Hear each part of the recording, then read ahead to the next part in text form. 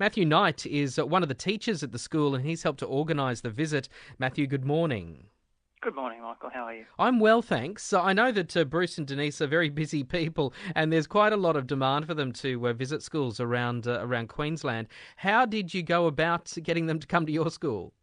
Oh, certainly was a bit of a waiting list there, about 18 months, the waiting list. I know they're certainly booked out for the remainder of 2016, and they do travel tens of thousands of kilometres every year in their big red truck to make these school visits. So it's certainly very special to have them come up to Townsville again. Why did you want to have them come to the school? We take part every year in Day for Daniel in October, and have been trying to get them up here just to deliver their message in person. We certainly think that would have a very strong ideology for the school.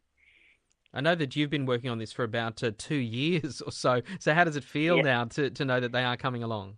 Oh, it's great. It's great to have it come to tuition, and really excited to welcome them today to our college. So what is the process when they come? Do they go to the individual classrooms or is it a big school meeting or what will happen today?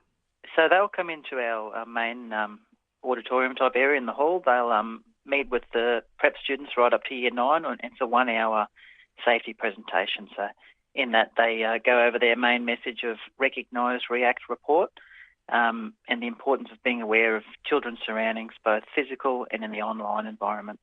So many Queenslanders are very aware of Bruce and Denise and the tragic circumstances that led them into this role that they play now across Queensland. What do you think the knowledge is of the students at your school about Daniel's story and what Bruce and Denise do?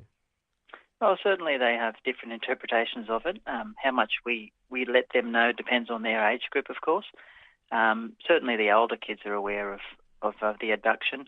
But we try to keep it to the main safety message of recognise, react and report, so that they're just being aware, and we raise awareness every year to the cause.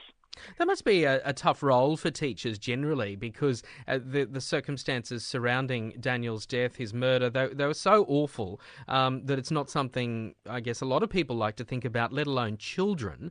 As teachers, do you sort of walk that fine line to sort of talk about safety without overly distressing students? Yeah, absolutely. I mean, the website that they've got available, the Daniel Morcombe website, it has lots of resources available to parents as well. So we certainly guide them along that path as well to get them to open up that conversation each year as well. So it's not all our hard work on our end. It's certainly a bit of a partnership between the parents and us. And after the visit happens, is there more that gets done in the school community to keep the message going? Yeah, of course. Look, there's lead-up work that we do each year, and then we obviously use the resources available to us, and they've got something now, the Daniel Morcombe curriculum, which Bruce and Denise have been trying to get into our schools for a number of years. So it's got 9 core lessons and follows those main messages of recognise, react and report. And there's lots of resources, interactive and hard copy stuff on their website, which we use each year. It's great to be able to talk about this today. Matthew Knight, one of the teachers at Southern Cross College in Townsville, hosting Bruce and Denise Morcombe from the Daniel Morcombe Foundation, coming along today to talk to the whole school community about child safety. And I can imagine that, the kids will be interested to hear their talk. I can imagine some of the parents of the students would be interested to hear it as well. Are they coming along today too? Yeah, they've certainly been invited.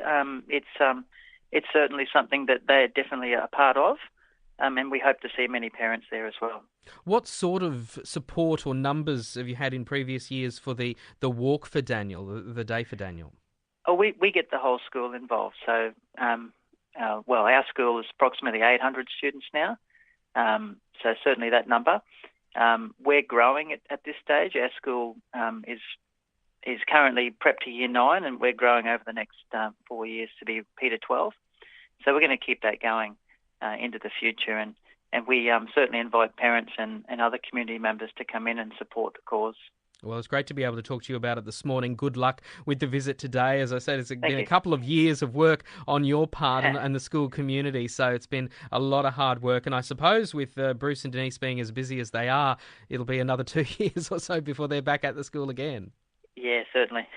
All the best for today. Thank you. No worries. Thank you. Matthew Knight, one of the teachers there at the school, and that's really great to see. I know Bruce and Denise have been regular visitors to North Queensland for a number of events. They have travelled the state extensively, the country, but it's lovely to have them back in Townsville, so they're very, very welcome visiting the Southern Cross Catholic College in Townsville later on today.